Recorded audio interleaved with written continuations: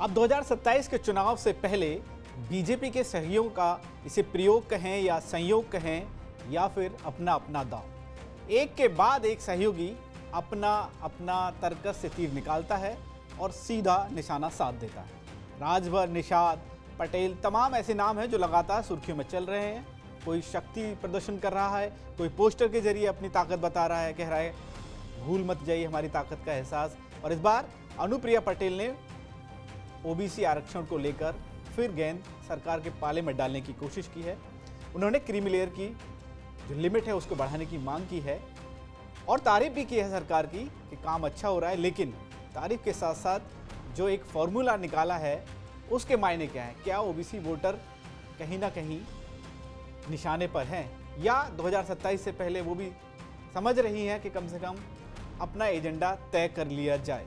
देखिए, ये भारत देश है, यहाँ पर माँ की पूजा की जाती है, माँ को सर्वोपरि माना जाता है और माँ हमारे लिए श्रद्धेय होती है। माँ शब्द के साथ करोड़ों करोड़ नागरिकों की भावनाएं जुड़ी हैं।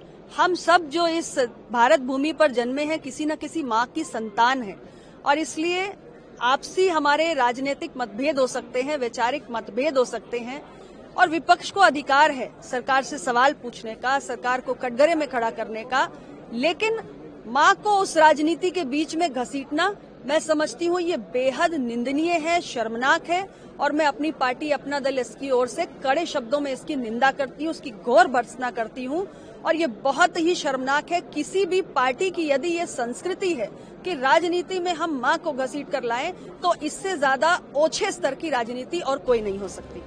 तो इसको समझने की कोशिश करेंगे। हमारे साथ हमारे सहयोगी पुष्कर जी हैं। सर, एक बार फिर बीजेपी की सहयोगी एक दल की तरफ से एक और मामला आया। मासिक समीक्षा बैठक होती है अपना दल की। आप थोड़ा सा अपना दल सोनीलाल पटेल में क्या चल रहा है पिछले 2-3 महीने से आप जान ही रहे हैं। तो एक तरीके से अनुप्रिया पटेल ने आके अपने कार्यकर्ताओं में जोश भरा और देखिए, जब आप सत्ता पक्ष में आप ये सोचिए अखिलेश के काम की तारीफ करेंगे तो आपके लिए वो और बड़ी हेडलाइन बन जाएगी। सरकार से मांग करेंगे तो अब सरकार को समस्या में डाला है। तो अनुप्रिया पटेल के लिए राजनीतिक अस्तित्व की लड़ाई का मसला है। वो अब वहां से सीटें आगे पाना चाह रही हैं जितनी वो जीत चुकी हैं या लड़ी हैं। आप ये देखिए, जिस सदन में कांग्रेस कई साल लगातार सरकार में रही, आज वो दो पे है और अनुप्रिया पटेल उनको मालूम है वो पिछड़ों की ही नेता बन के उनको मिल सकता है। उनको इसमें कतई गुरेज नहीं है, वो पैन उत्तर प्रदेश की पार्टी, उनको मालूम है जिन क्षेत्रों में है पूर्वांचल के और जहाँ पर कुर्मी समाज या पटेल समाज है वो वहीं से आएंगे और उनके हित की बात करेंगे। क्योंकि दरअसल आपको ये बताऊं, क्रीमी लेयर के लिए बात ये इसलिए है कि कल कैबिनेट की बैठक में पास हो गया कि सेवा न्याय में जो संविदा पे बोर्ड का गठन कर दिया गया, उसमें कई नियम बना दिए गए हैं। उनको ESI और उसके तहत 3 साल कम से कम नौकरी करनी मिलेगी। अब उसमें आरक्षण की व्यवस्था दी गई और मैं आज आपको इसके साथ कह रहा हूं, यहीं से चक्कर पड़ेगा। जब निकलेगी 3 से ज्यादा सीटें आपको आरक्षण लगाना पड़ेगा और वहां आरक्षण लगेगा नहीं, लेटरल एंट्री वाला काम हो गया तो बैठे बैठाए बीजेपी के सर एक बवाल हो गया, फिर फंसा करेगा बार बार, जैसे अभी तमाम भर्तियां फंसती। आप हर जगह की अब वो तुरंत ही निकाल, 2 दिन रुकिए अखिलेश यादव निकाल बताते नहीं कितने लोग इसमें आए, पीढ़ी के कितने लोग आए तब हाँ। वो लड़ाई दरअसल आपको ये बताएं 2024 से ये सेट हो गया है कि कोई विकास का मुद्दा हो, कोई अगड़ी पिछड़ी राजनीति हो, लेकिन पिछड़े दलित की राजनीति को लेकर एक बड़ा मूवमेंट उत्तर प्रदेश में अंदर वोटरों में बन गया है कि जहां हमारा फायदा होगा हम उसको वोट। इसीलिए अनुप्रिया पटेल ने वो इसका क्रेडिट भी लिया कि उन्होंने उत्तर प्रदेश सरकार को एक चिट्ठी लिखी थी, उनको उन्हीं की मांग पर हुआ है। लेकिन अब सरकार क्रीमी लेयर की बात वो क्यों लाई? आप ये समझिए, क्रीमी लेयर अभी 8 लाख रुपए, 8 लाख रुपए आजकल आप समझ रहे हैं जो महंगाई और जो स्तर बढ़ा है, तो वो चाह रहे 15 लाख, क्योंकि 8 लाख जैसे ही आता है बैरियर तो वो फिर वो यादवों में चला जाता है। नीचे वाला मामला नीचे वो अब लड़ाई दरअसल पिछड़ों और दलितों में जो असली एक कहे कि जो अगड़ों की राजनीति करते हैं वो ये डाल रहे हैं कि इसका फायदा इस जाति को नहीं मिल रहा, इस जाति को मिल रहा है कि उसमें यादव लिए जा रहे हैं। वो लोग कह रहे हैं जो पिछड़े उनको आगे बढ़, इसीलिए अनुप्रिया पटेल को ये लगा कि यहाँ पर अब बात अधूरी रह जाएगी, इसीलिए उन्होंने, और मैं इस बात का तार्किक रूप से समर्थन करता हूँ कि वाकई में क्रीमी लेयर एक समय समय पर समीक्षा होनी चाहिए और बढ़ती रहनी चाहिए। लोग कहावत के तौर पे कहते हैं कि साहब जैसे मर्तबान में वो होता है अचार, उसको हिला डोला लेना चाहिए, इसी तरह से चीज़ों को कर लेना चाहिए। लेकिन इसी बीच उन्होंने पीडीए व नाम पीडीए की तुलना भी कर दी। अब उन्होंने कहा कि सपा का पीडीए से अच्छा है हमारा। अच्छा, वो किससे? अपना दल सोनेलाल पटेल किससे? जी, समाजवादी पार्टी से। हाँ, समाजवादी पार्टी का सबसे हिट फॉर्मूला क्या है?